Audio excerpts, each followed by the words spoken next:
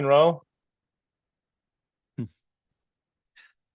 Welcome, ROR investors. This is the Revolutions of Returns podcast. My name is Daniel Holmlund. This podcast is brought to you by the Alternative Investing Club. Our goal is to help mainstream Americans learn how to invest in small businesses and alternative assets that build thriving business ecosystems. So today I've got a special guest, Salvatore Buscemi. Hope I said your Yes, name right. absolutely. Welcome to the show here. Thank you, Daniel. It's a pleasure and a privilege. So, really quickly, tell us a little bit about your background, just so people are familiar with where you're coming from, and then Yeah, we'll launch into an evolving conversation. I think that's a great idea. I'm originally from New York. I went to college in New York City. I thought I wanted to be a doctor. What happened was that I passed out holding a tibula or fibula rather, no tibula. Remember it well in the old Beth Israel Instical Kelly Institute for Total Knee Reconstruction, which has now been condoized over near the mayor's mansion in New York City. And at that point, because of the work that I did during my internship at Albert Einstein throughout college, after I graduated, I had a little bit of an issue where it was going to be viscerally uncomfortable for me to do anything in medicine. I didn't want to really pursue a PhD. Even though my father had one. And really what came down to the whole point is that it was a come to Jesus meeting with this one doctor that I was working with, and I idolized it. And I actually talk about this in my book, Investing Legacy, how the 0.001% invest. And I didn't want to let him down. And I worked my hardest for him. And then he called me, when we were talking, he told me at the end of our hour-long confessional, if you will, that he said, that was fine. By the way, my brother just made partner at Goldman Sachs. He'd like to talk to you. And that became sort of how things, really, really turned around. I've always had a, understanding or a real drive towards finance. I remember just growing up learning how Series EE savings bonds worked. I think you're old enough to remember those, right? When Yeah. grandparents and parents would give you that. And just, how my parents put my brother and myself through college by clipping, zero coupon municipal bonds from Provincial Beach and mailing it in and getting the coupon coming back, and how that was able to not only save for my, brother and my college education at a private university in New York, but it was able to, do other things as well. And that's something that really took off as it relates to the mechanics of investing and learning about everything. I don't know anything about professional sports, although we probably will be investing in a professional sports team soon with our family office here. However, one of the things that I've always really sort of have a fascination with has been finance and geopolitics, and I follow those pretty closely. I go down the rabbit hole on Twitter sometimes. Well, Twitter is one big rabbit hole after all.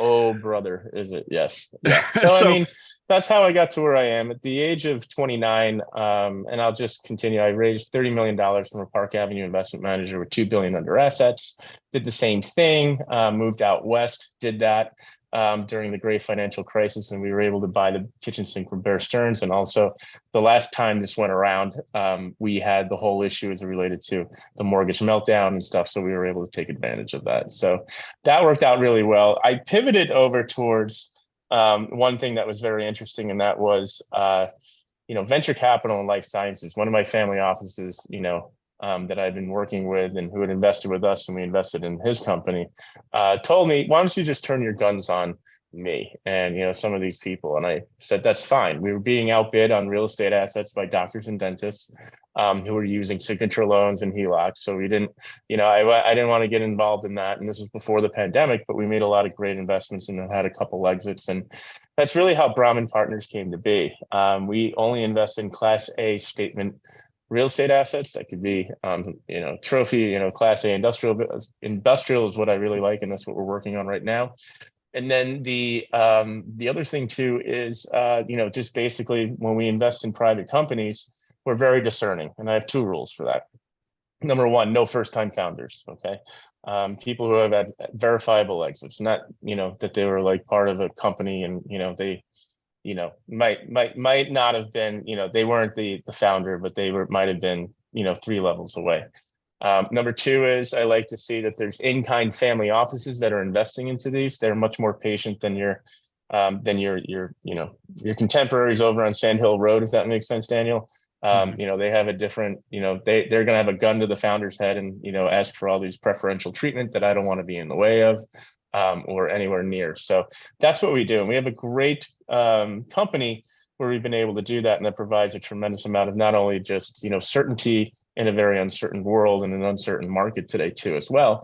But there's safety knowing that even if these companies don't exit or go public, they're still continuing to grow regardless of what the stock market does. And, at some point, the longer it's baked in the oven, sometimes the better it is. We have one CEO that I've worked with, and, I profile all of this stuff that I really, really enjoy doing. And at the end of this, what I'll do is I'll tell people how they can get a free autographed copy of my third book, Investing Legacy, How the 0.001% Invest.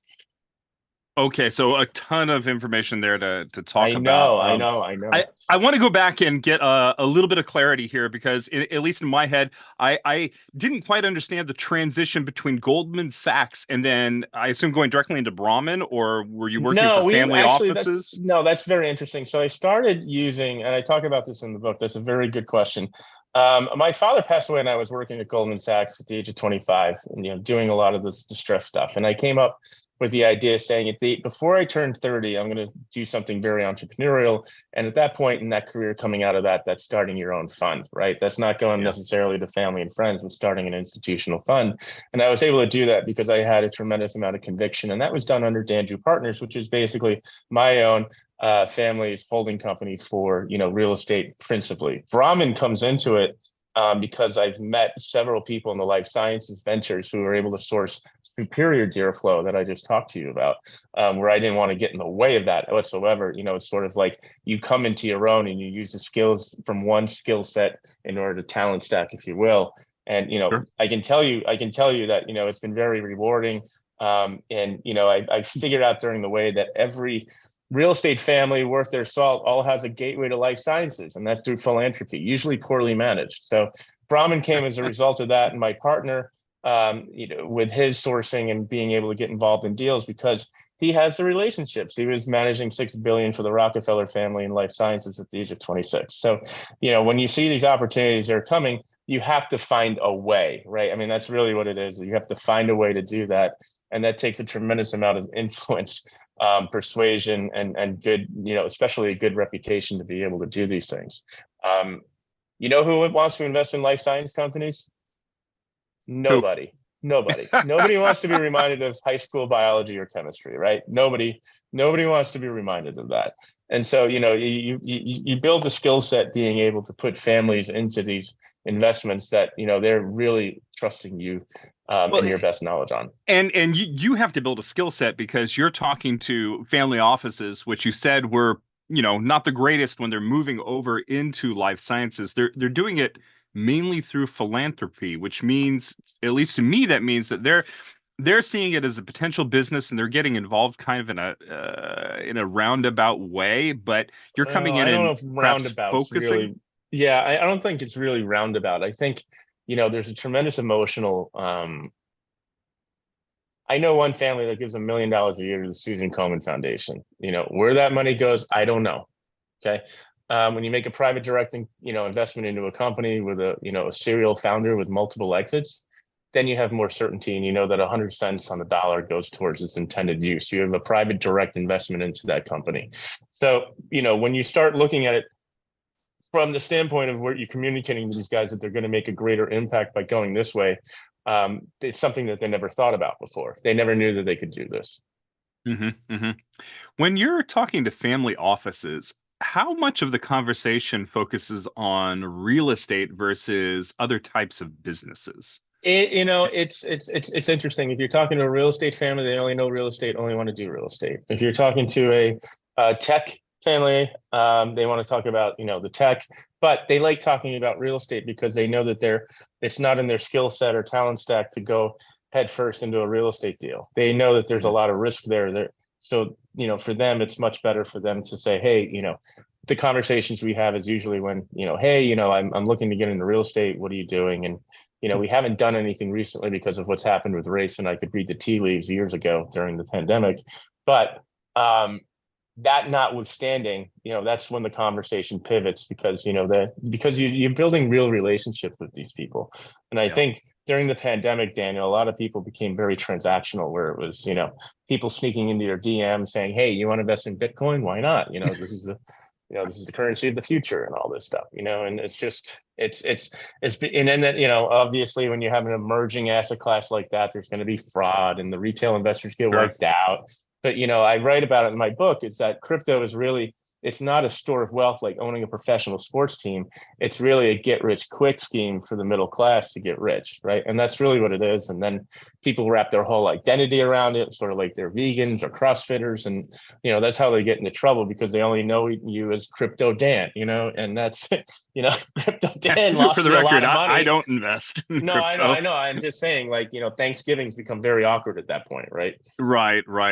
Yeah. So when you came out of Goldman Sachs, and you founded your own real estate fund, Correct. were you immediately talking to family offices and No, bringing I them did. in, or how We did were that transition take we place? were How did you talking to talk? Yeah. So I talked to a few of them, and they were not looking, they don't really see what we call, what I was then, emerging managers, right? And so Right. there's institutions that have a lot of money, and they're cowboys, right? Because they get paid differently. They have to take a few bets.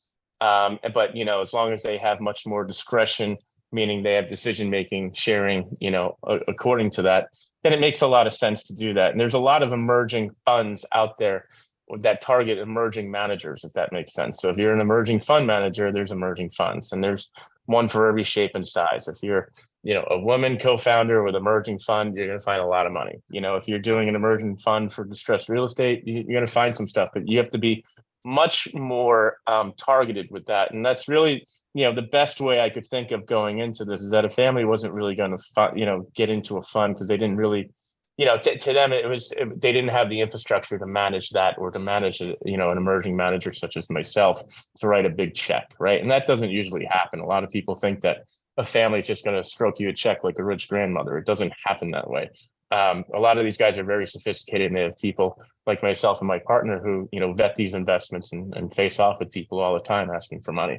But I went the institutional route because that was the bulk of the relationships that I had on Park Avenue. And I had the door slammed in my face about 35 times before I actually found someone who was willing to deal with me. Okay, that's actually a great lesson for people that are looking to branch off into this area, is that networking is trial and error. Oh, To a yeah. certain extent, it's finding the right people, the people that you connect with, and getting the door, slammed in your face a lot of times. Yeah. Um, did you find that your pitch evolved a lot in order to finally land that 31st person, or did Always. it? Yeah, always. And what it is, you want to take the feedback. And I think with too many young founders today, or emerging fund managers, I tried not to be this guy, because I had the advice of mentors when I was doing this, was to, any criticism you got to take as something where you just improve it, right? Whereas some people will argue, and all of this stuff, and especially in a very, and this is before Instagram and Facebook came of age. This is like 2008. I mean, nobody was really flexing they are today, like uh, all the all the money they've raised, and conspicuous consumption. It was a much different time there. And I would say, look, what do you like about this? What don't you like about this? And they're like, well, in order to make this interesting to an institution, it's got to be at least $30 million. Guess what happened, Dan? Guess what? I got $30 million, right? Yep. And like, sometimes they'll just use that as like an excuse not to make the deal. I mean, who knows really what it is? But if you talk to people and you really take good notes and you listen, it's going to be much faster for you to do that, right? Now, one thing I think it will be interesting for our viewers is talking about vetting opportunities. And obviously, you've had to do a lot of that through your career here. How do Yeah. you approach? We could talk about real estate. We could talk about life science companies. We could talk about other We opportunities can if you talk. want, Let's just whatever talk you want. about. I mean, your audience is mostly venture people, right? Like private They're equity. actually Okay. mostly real estate at this point. What? Okay. Yeah, All yeah. right. I feel like But I've been but misled here, but they're we'll they talk are about all that. branching Okay. off. So the Alternative Investing Club actually came to me and said, Daniel, we want to invest in more than just real estate. They brought a poll and a vote and brought it to me and said, Daniel, you got to bring on people that aren't just real estate. And Okay. so All right. they All are right. looking for that right now. I'll do Although both. I'll do both. All right. my No, background that's is mainly real estate. all right. In real estate, we are equity allocators. That means we just hand money in the form of equity or private credit debt to people. We don't own fee. We don't knock tin. We don't do class C to class B, renovations. We don't deal with any of that stuff. Our investors do not want tenants poorer than they are. So, we gravitate towards the class A type of stuff. Not so much multifamily, because a lot of our families sort of got in New York, got wiped out during the whole, pandemic, and then some of the other situations that were happening since then. The one thing I look at is I want a I want a sponsor or a general partner that's been through at least two down cycles. Okay. 2008 was one. This one hasn't really started yet. I want them going back to the late 90s when you saw the LTC, the RTC get formed and everything like that. Number two, audited financials. Okay. This is something you're not going to see a lot on Facebook, even LinkedIn for that matter. The people, we like using fund administrative services, and then at that point, we bring the auditor in and they look at everything. The other thing that I like is number three. Do you have a favorite? Do you have a favorite in the fund administrator space? Yeah, or several that you like? NAVconsulting.net. Yeah, NAVconsulting.net. Hey, that's what we use. I love those guys. Tell the Matt Alternative Husadon, Investing Club I Fund sent you. uses them. Yes. No, they are amazing. They do a great job for our real estate and for the little venture fund that I manage outside of Brahman called Danju Partners Encore Ventures. But they were very smooth when we had to make a distribution from one of the sales of one of our companies when we had an exit, and they're just great people. I feel like I should be sending them chocolate, but they always send me the big thing. I don't know, they send you the big thing of chocolate too. They did not. The I'm gonna have to harass them about that. I think it's because I also give them great testimonials too, and that's very important. But getting back to this whole thing that we were, that I was talking about, that's a sign of professionalism, using a fund administrator. It's sort of like using a property manager if you're a real estate investor. There's only two reasons before I get into number three that people don't have property managers. This is based on my 25 years experience. Ready? Number one, okay, they overpaid for the property, so they can't afford it. Okay. Number two, they secretly hate their spouse and family. Okay. They're playing Schneider all day. Why? You gotta look at it that way. That show One Day at a Time. Okay. Yep. Anyway, it just doesn't make sense. So, getting into that, when we look at these deals, I want to see that there's a meaningful sponsor co-invest. Okay. 5% is cute. That's usually the sponsor rolling his fees into it. So that's not real money. 10% is thoughtful. Anything more shows complete conviction. The family office we did it with, they put in 50, we put in 50. This is before the pandemic, and it's been exceeding expectations, and our investors will probably be paid off their entire capital in the next 12 months. Nice. Very nice. That's an industrial. Does that make sense? Where was that property located? Las Vegas. Okay, yeah, good market. Okay. Yeah, good market for that stuff, right? And we're going to be working on some others in Salt Lake City where they have, 5 highways crisscrossing each other, which is just absolutely amazing. Yep. All right, outside of real estate, how was your background started more in the venture world? Is that correct? No, it started more in real estate. No, I started. Okay, so what was that transition like? Personally, from my point of view, my background's all in real estate. I'm kind of moving towards that direction. What was your journey like? Well, yeah, I told you I was pre-med, but that does not qualify me whatsoever. It basically is based off of the partners and the co-investors in these deals that have brought me up to speed. I read books. I chew through books. I sometimes listen to audible versions of books, but when we were starting to do some oncology stuff, I was actually burning through all of that. Today, you can just, go through Chat GPT and, say, reference this book. What are some of the, things I should look at for an investment? Although I haven't done that, you have to, that's where the world's going today. But it was mostly on the big investors, the bigger fish who are influencing us to really look at these opportunities, because they too were what we call in-kind families. So if it was a life science family, that means they had a lot of life science exits, right? If it was a life science company that's being led by a real estate family, you see what I mean? So, we basically tagged along, and that's how we got a tremendous amount of experience. But it's my partner that takes care of a lot of the diligence on that. And we know, and when you do due diligence, everybody thinks they look into the numbers. really what you do is you shop it around and you tell your friends to, sort of crowdsource the diligence on it. The Karasu Forum is famous for this, right? And they come up with, 1,000-page doctoral dissertation on why you should invest in this company or not, and they put their money into it. So, that's what we know. A lot of healthcare investors that'll be like, I like it, or, especially in real estate, it's like, I know the guy, I don't like him. I'm like, okay. And then for me, and these guys are older, and they've been around a while, and they're like, I know the guy, I don't like him. I'm like, okay, that's fine. Yeah, that's New York City speak for don't do the deal. All right. Yep. It's just Yep. that's the way it is. Mm-hmm. Okay. Okay. Are there any other areas that you branched out into besides real estate and life sciences, or do you tend to focus mainly No, on those? no. I mean, that's the way it's been. But over the past year, what we've done is we've transitioned into SpaceX, Stripe, only because these founders have shut off the capital, the cap tables to new investors, and we were invited to go into these, a while back, and that was really great. We're looking at a robotics company right now that's being led by a very large family, that is, they basically remove all these, a pile of boxes just thrown on top of each other. Think about like the back of a UPS truck, and it just picks it up and moves them. And, it's just, that is where everything's going right now. We also did AI.io, which is, it used to be called AI Scout, which is an app for democratizing scouting for professional league soccer, Huh. European soccer. It was all over the Olympics over the past year in Paris. That's And cool. it's a great, How does that work? I want to that's hear more about actually that. actually I have Pat Gensler, the CEO of Intel, doing practice kicks on LinkedIn with the COO of AI.io, and it's just a series of algorithms that says, look, if you can kick a ball this way, do these 5 moves, then we'll quartile you in the top of the world. Doing due diligence, I noticed that there were 600 million soccer players, amateur, and I'm like, wow, like the things Mhm. you find out are just are kind of impressive. I mentioned Neuralink. We went into a company called Thrive Bioscience, which is led by a founder. It's going to be his 18th exit and 8th unicorn, and we brought in some pretty high-profile investors into that too, and some families. We have a lot of money into that one.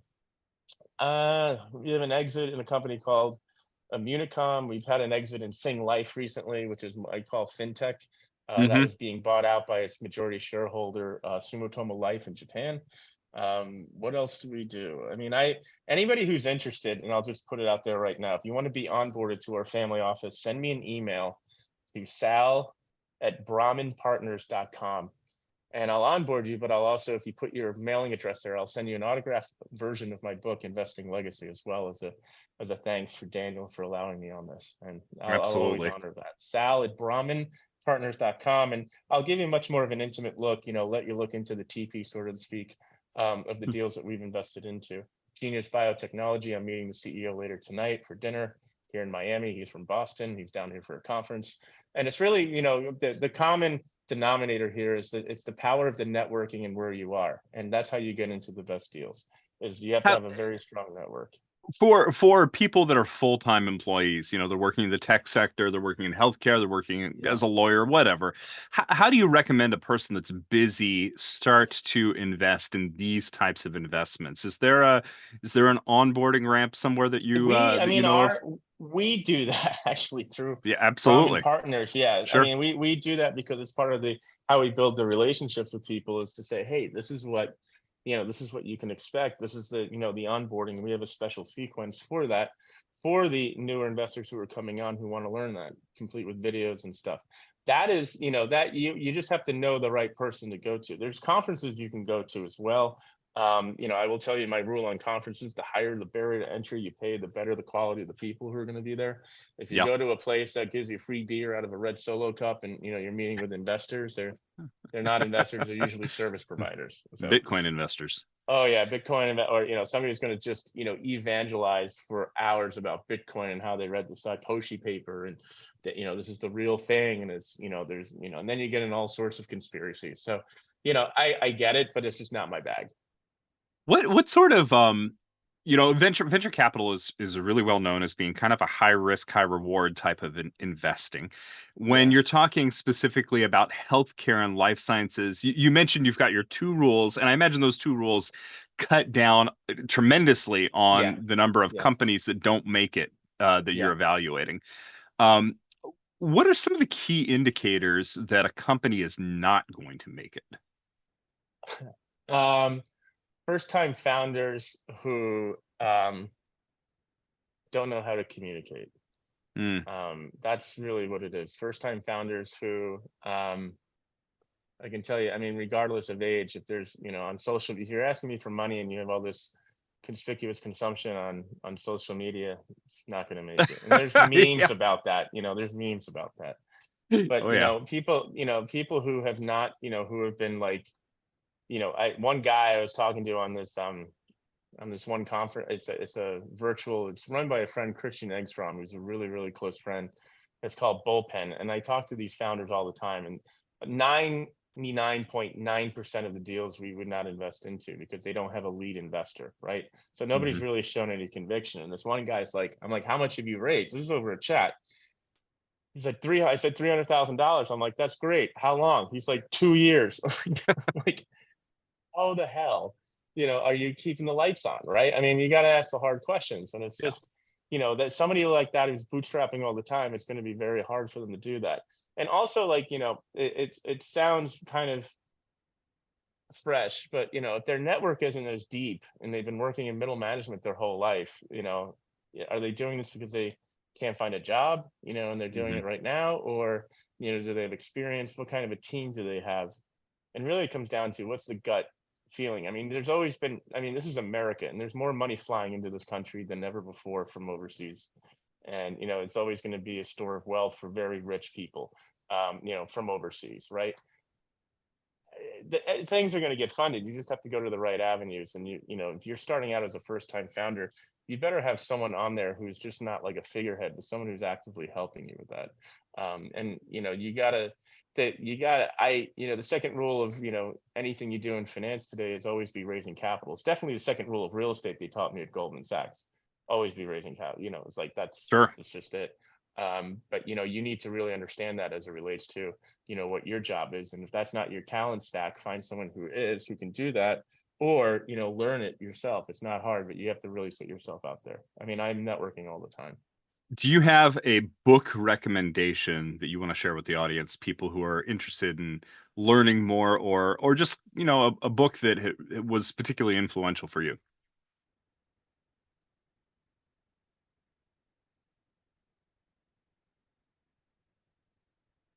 Yeah, it's written by a friend of mine, um, and it's something that I'm going to be promoting actually actively on LinkedIn. It's called Opportunity Magnet, and it's written Okay. by a friend, Jeff Meschel. And it's very powerful. I mean, I read it. I'm a power networker, but I don't have an ego to think I know everything, right? And so I put in power networking, Opportunity Magnet. It's by Jeff Meschel, and it's a great book. And I'll tell you why, because he really talks about how and I know this guy personally. He lives in Hmm. Miami part time. He's a New Yorker, big real estate family guy, right? He's been managing contacts, and I made an introduction to him once, and he said, "Oh, I remember we met in 2004." I'm like, "How the hell?" Like, Yeah. I was But introduced to you by Marissa, and you're like, wow. But that's where the value is. Does that make sense? yeah, it does. I'm always constantly amazed at people who can do that. I knew a pastor of our church who could remember your name if you hadn't walked in the door in 20 years. That's why he's the And it's pastor, just though. That's why. yeah, exactly. That's why. I mean, that's a skill set. It's like anything else. It's a skill. It's a soft skill. It's being able to, like, hey, today with automation and HubSpot, I get your business card, I zap you in. You want me to onboard you? I click something on the app, and you get an email on the onboarding. That's really how it works. I, and keeping up with people today, because really, I think what's happening, and we'll finish it with this, is that we're going through a loneliness epidemic right now since the Yeah. pandemic. And I think a lot of people need that human interaction. And even though I talk about this in my book, Investing Legacy, which I'll give to your listeners if they reach out, you're starting to learn a lot of things as it relates to human nature, and they want that interactivity today. And that interactivity is the new currency, and that's why we have an email onboarding series with our families. Absolutely. How can listeners of ROR get in touch with you? They can send an email to me, at sal@brahminpartners.com, BRAHMIN partners.com, named after the Boston Brahmins leadership. A lot of families that we know who are there, who are investors, and some CEOs. That's Sal, SAL, at Brahmin, BRAHMIN partners.com. Drop your address there, or if you want an audible version of me narrating it myself, let me know, and I'll take care of that as soon as I get the email. All right, Sal, thank you very much for being on the Revolutions of Returns podcast. Thank you for having me. I appreciate this, Daniel. Thank you. Thank you. Bye. Take care. Yeah. How'd I do? Holy shit. I'm glad that was streamed to YouTube, because apparently I didn't make a recording locally, which is ridiculous. My account is set to automatically record. What the hell? All right, we're still broadcasting. We're still broadcasting. I